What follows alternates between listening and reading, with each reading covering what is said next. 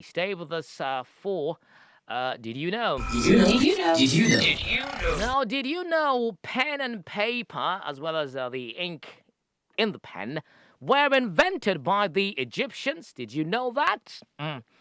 Although the invention of paper predated, right, the Egyptians, which we now consider inseparable from the written word, were ancient Egyptian inventions, actually.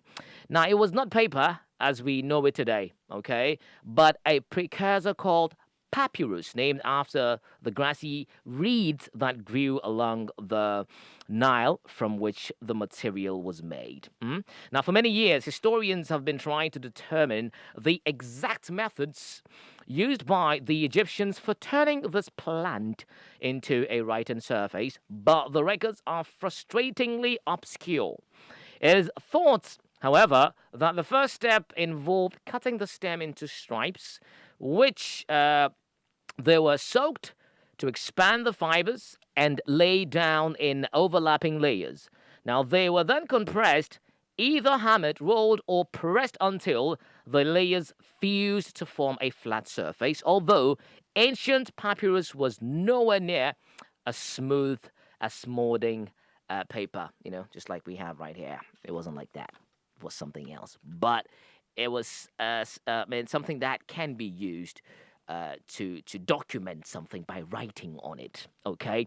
Now, they were also the first to invent black ink and popularize the use of reed pens. The ink was made from water, soot, and vegetable gums. Interesting. Very, very interesting. Now, the dry Egyptian climates meant that documents were out of papyrus were incredibly long lasting. They were, yeah.